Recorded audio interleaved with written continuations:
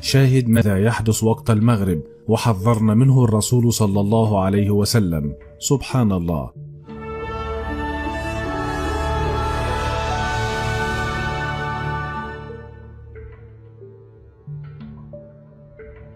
ولكن قبل أن نبدأ لا تنسى الإعجاب والاشتراك في القناة. ماذا تفعل الشياطين وقت المغرب؟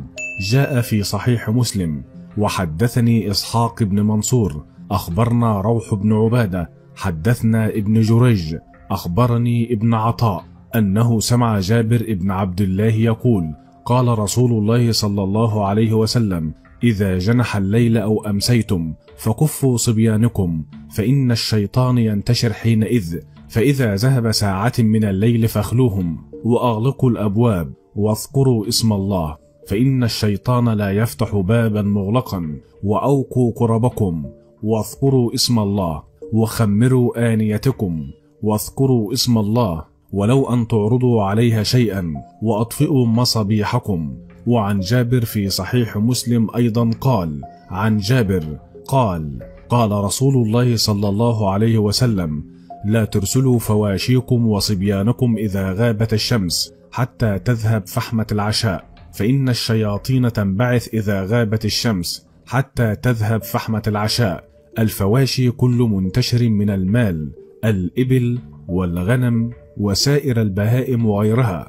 وقال صاحب فيض القدير شرح الجامع الصغير: وإنما أمر بكفهم في ذلك الوقت، لأن الشمس سلطان قاهر فلا تقاومها الأرواح المارجية، بل تمسك عن التصرفات ما دام ظاهرا في العالم السفلي، فإذا استتر عنه في مغيبة صارت الشياطين كأنهم قد انطلقوا من حبس، فتندفع دفعة رجل واحد، فمهما صادفوه من الصبيان في تلك الحالة أصابوه فأذوه، فإذا ذهبت فحوة العشاء تفرقوا وتبددوا. فهذا سر أمر المصطفى صلى الله عليه وسلم بذلك. قد يتساءل أحدنا: ما الذي يحدث بالضبط في فترة إقبال الظلام وإدبار النهار والنور؟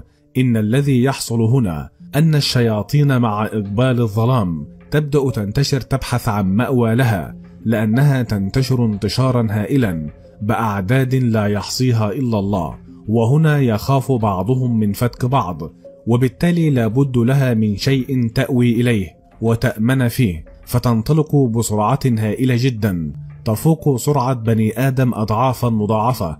فمنهم من يأوي إلى إناء فارغ، ومنهم من يأوي إلى بيت إنسي، ومنهم من يأوي إلى جماعة من الإنس جالسين وهم بالطبع لا يشعرون به، فينطرح بينهم ليأمن من فتك إخوانه الشياطين الذين هم الآن كالريح يجولون الأرض والبقاء للأقوى.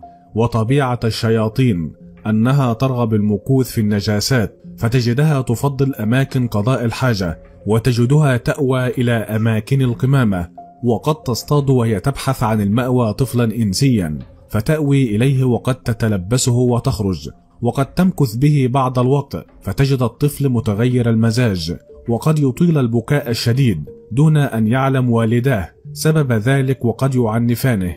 وقد نسوا وصية الرسول صلى الله عليه وسلم بحفظ الصبيان وقت انتشار الشياطين، وهنا يأتي دور الحافظات. فكما أسلفنا أن الشياطين ترغب النجاسات، فتجد في حفاظة الطفل نجاسة، فيكون ذلك مشجعا لها على المكوث والإيواء، فنجد بعض الأطفال يصرخ فجأة، وبعضهم يتملل في نومه بسبب إيذاء الشيطان الذي اتخذ منه مأوى له. إن سرعة الجن هنا وهي تبحث عن المأوى والمسكن والمأمن قد تطول حتى كبار السن، لكن لأن الغالب في كبار السن التحصن، نص النبي الكريم على الصبيان الذين هم بحاجة إلى التحصين من قبل الوالدين وحمايتهم ووقايتهم، بعدم تركهم يخرجون وقت انتشار الشياطين، وهم الأبرياء الذين لا يستطيعون تحصين أنفسهم. تأتي الشياطين مسرعة تبحث عن المأوى، وقد تصطدم بجسم آدمي كبيرا أو صغيرا، وقد تتلبس به، فتجد البعض من الناس فجأة أصابته كآبة أو خوف مفاجئ، وهكذا، وهو بسبب تلك الشياطين. لذلك حصنوا أنفسكم وأولادكم بأذكار الصباح والمساء، احرصوا على المحافظة عليها، حفظنا الله وإياكم من كل مكروه وسوء. رددوا معي: الحمد لله على نعمة الإسلام وكفى بها من نعمة. إذا أتممت مشاهدة هذا الفيديو لا تنسى عمل لايك للفيديو والاشتراك في القناة وتفعيل زر الجرس، ولا تنسوا مشاركة الفيديو مع الآخرين. جميع الحقوق محفوظة لدى قناة لولو 7.